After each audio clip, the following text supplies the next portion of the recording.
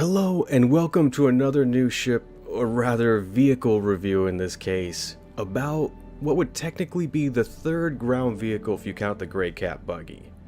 I can sum this review up with a single word. Woo!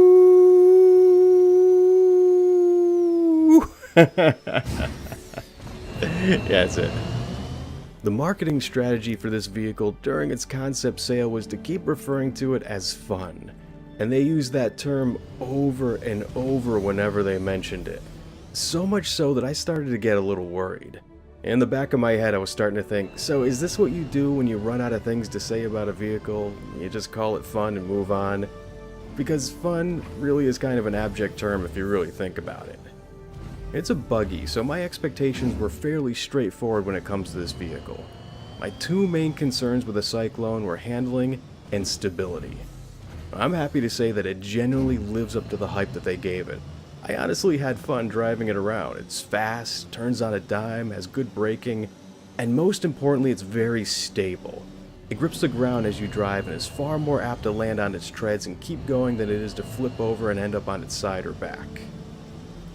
That's not to say that it's impossible to do, you just have to put a lot more effort into trying to roll it over than you would in something like the Ursa Rover.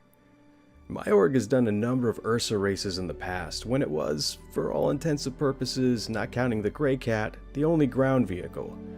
We would have ships flying overhead providing support and pickup for stranded pilots, and that was a good thing because the Ursa would topple over far too easily for something that had 6 tires, and trust me, it was a chore to try and right a rolled Ursa back up again.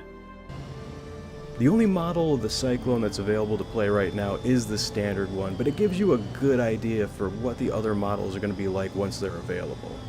As a single SCU's worth of carrying capacity, when you look at just how much that is, you start to realize that if you load that up with extra ammo, weapons, medical supplies, or oxygen, it could be a very handy thing to have.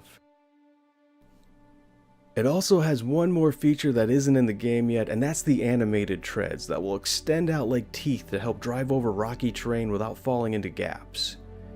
It's not only aesthetically amazing to look at, it's going to help the driving experience get even better over uneven terrain. So I couldn't recommend this vehicle enough. It's exactly as they described it to be. It's fun, responsive, and fast.